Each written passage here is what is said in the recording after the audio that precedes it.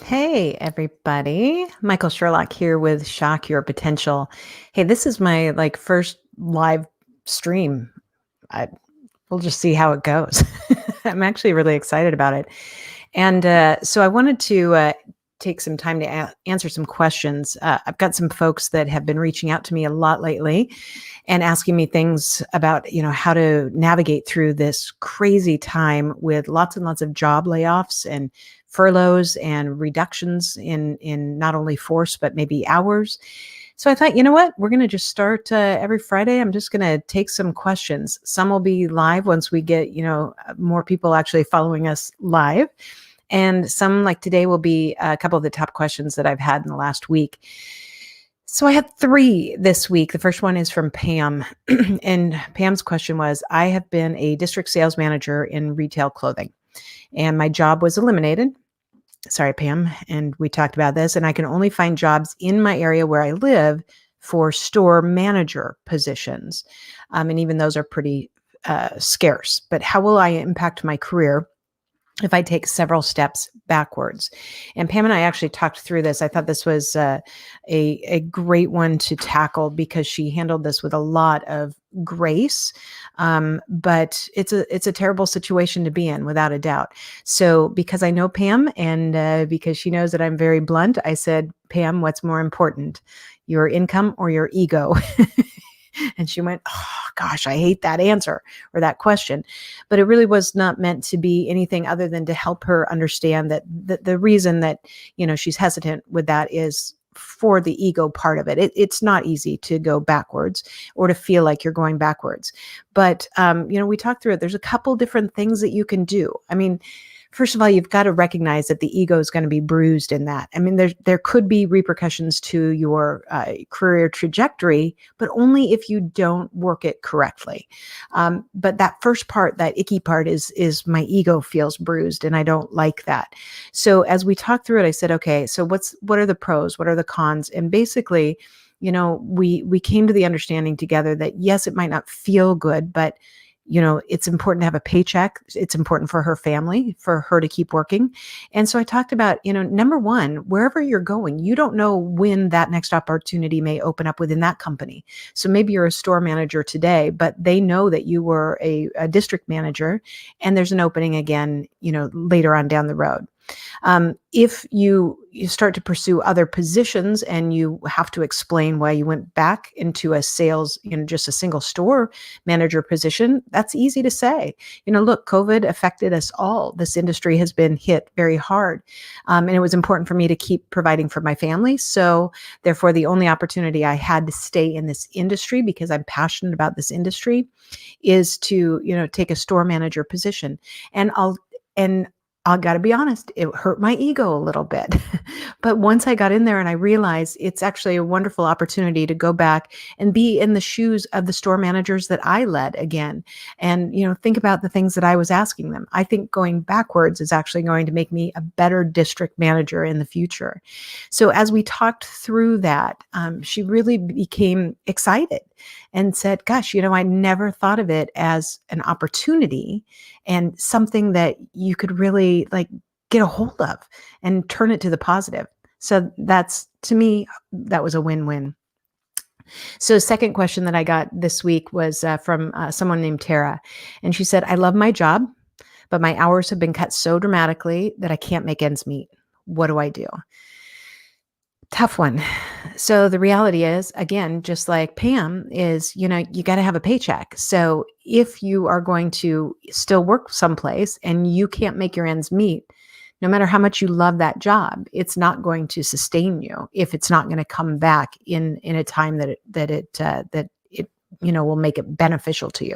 And we talked through that a little bit about how long do you think this is going to last? And is this really because you love this job in this company? In her case, yes, it absolutely was. But at what point in time are you not going to love it when you can't make the paycheck stretch to where you need to be? And unfortunately, in this situation, she is starting to look elsewhere. She has no other choice.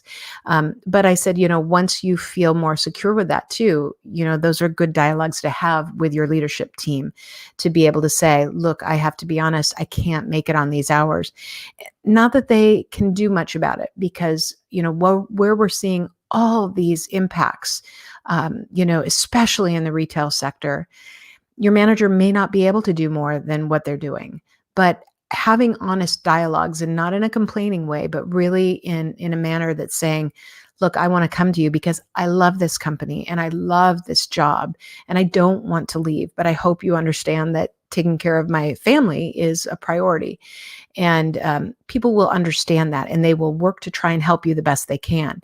If they can't make it happen in their company, I tell you, there's probably, at least a great opportunity for them to say, you know what, I know someplace else you may be able to, excuse me, find a home.